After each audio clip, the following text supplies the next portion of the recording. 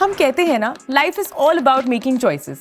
वैसे ही फाइनेंस में भी हमारे पास बहुत सारी चॉइसेस आती हैं, जैसे कि कार को कैश पे ले या फिर लोन पे, अपनी इन्वेस्टमेंट्स को रिडीम करके अपना पर्सनल लोन पे ऑफ कर दे, इमरजेंसी को अपने सेविंग्स से क्रिएट करें या फिर इमरजेंसी के टाइम पर लाइन ऑफ क्रेडिट यूज कर ले। ये सब डिपेंड करता है कि आज पैसे की क्या वैल्यू है एंड आने वाले कल में क्या होगी, और इस कॉन्सेप्ट को कहते हैं टाइम वैल्यू ऑफ मनी। अब क्योंकि टाइम वैल्यू ऑफ मनी एक बहुत इंपॉर्टेंट कॉन्सेप्ट है जो फाइनेंशियल डिसीजन मेकिंग में हेल्प करता है, इसलिए इस वीडियो में हम बात करेंगे कि ये टाइम वैल्यू ऑफ मनी क्या है, इसके दो इंपॉर्टेंट कॉन्सेप्ट्स को समझेंगे एंड इसे कैलकुलेट करना भी सीखेंगे। Hello everyone, I am Aastha Khurana and welcome to Zerodha Varsity videos.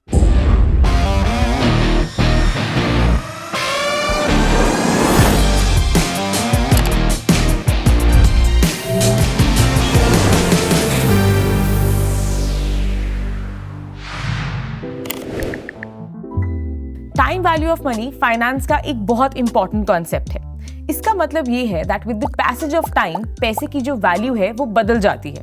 For example, आज जो आपके पास 100 रुपए हैं, आने वाले 2 सालों में उनकी वैल्यू 100 रुपए नहीं रहेगी, और आज से 2 साल पहले उसकी वैल्यू आज के 100 रुपए के हिसाब से ज्यादा थी।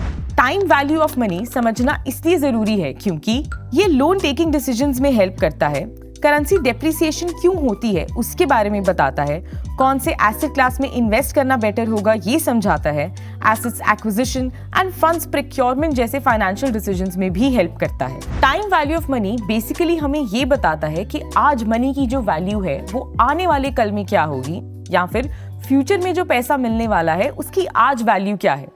अगर मैं आपको एक ऑप्शन दूं कि मैं आपको 5,000 रुपए आज दूंगी या वही 5,000 रुपए मैं आपको 1 साल बाद दूंगी, तो आप कौन सा ऑप्शन चूज करोगे? जाहिर सी बात है कि आप आज ही 5,000 लेना पसंद करोगे, क्योंकि आप जानते हो कि आने वाले समय में ये 5,000 की वैल्यू कम हो जाएगी।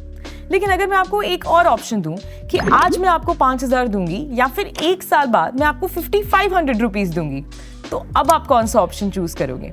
ऐसे में जो आज आपको 5,000 मिलने वाला है उसकी 1 साल बाद क्या कीमत होगी, या तो हमें ये कैलकुलेट करना पड़ेगा, या फिर जो आपको 1 साल बाद 5,500 मिलेगा उसकी आज के हिसाब से क्या वैल्यू है, हमें वो कैलकुलेट करना पड़ेगा।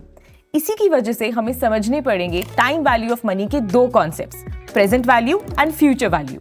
सबसे पहले हम समझते हैं कि फ्यूचर वैल्यू क्या होता है। फ्यूचर वैल्यू से हमारा मतलब ये है कि आज जो हमारे पास पैसा है, आने वाले कल में उसकी वैल्यू क्या होगी।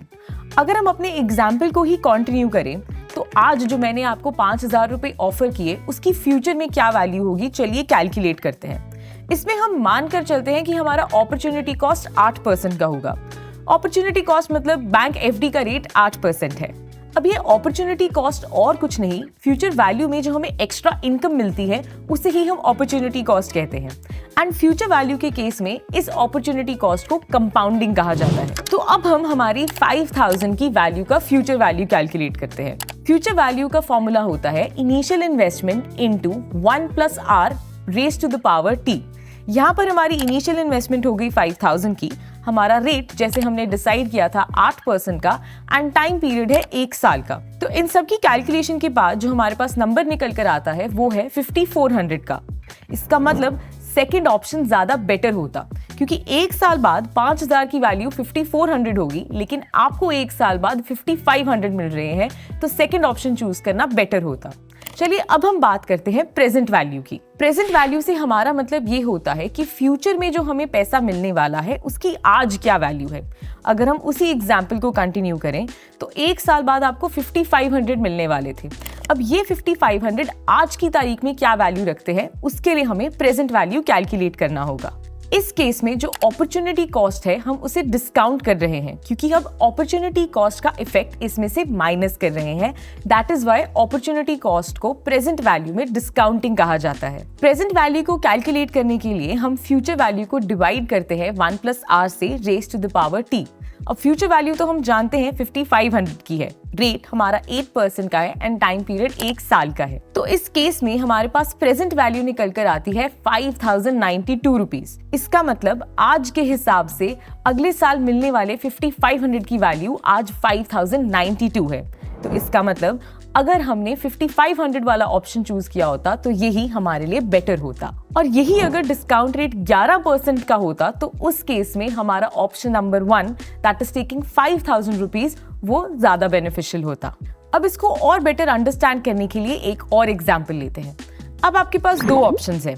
पहला ऑप्शन ये है कि आज आप 10,000 रुपीज ले लें, या फिर दूसरा ऑप्शन आपके पास ये है कि आप 3 साल बाद 13,310 रुपीज ले लें। इस केस में जो हमारे पास रेट होगा अपॉर्चुनिटी कॉस्ट का दैट इज 10%। तो अब आपको कैलकुलेट करनी होगी 10,000 की फ्यूचर वैल्यू एंड 13,310 रुपीज की प्रेजेंट वैल्यू। तो आप इस वीडियो को 2 मिनट के लिए पॉज करें एंड इनको कैलकुलेट करें एंड फिर हम अपने आंसर्स को एक साथ टैली करेंगे। तो अगर हम सबसे पहले 10,000 की फ्यूचर वैल्यू को कैलकुलेट करें तो उस फॉर्मूला को पुट अप करने के बाद हमारे पास आंसर आता है कि 3 साल बाद 10,000 की फ्यूचर वैल्यू हो जाएगी 13,310 रुपीज। एंड अगर आप प्रेजेंट वैल्यू कैलकुलेट करें 13,310 की तो फॉर्मूला अप्लाई करने के बाद हमारे पास उसकी 3 साल पहले की प्रेजेंट वैल्यू आती है 10,000 रुपीज। तो इस एग्जाम्पल में आप कोई भी ऑप्शन चूज करते आपके लिए दोनों ही बेनिफिशियल होते। टाइम वैल्यू ऑफ मनी को प्रेजेंट डिस्काउंटेड वैल्यू भी कहा जाता है। इसका मतलब ये है कि फ्यूचर में जो भी वैल्यू होगी अगर आज हम उसे देखें तो वो डिस्काउंटेड है। एग्जाम्पल से अगर समझें तो आज हमें एक समोसा 10 रुपए का मिलता है, लेकिन अगर यही हम 7 साल पहले चले जाएं तो हमें वही समोसा 2 रुपए का मिलता था।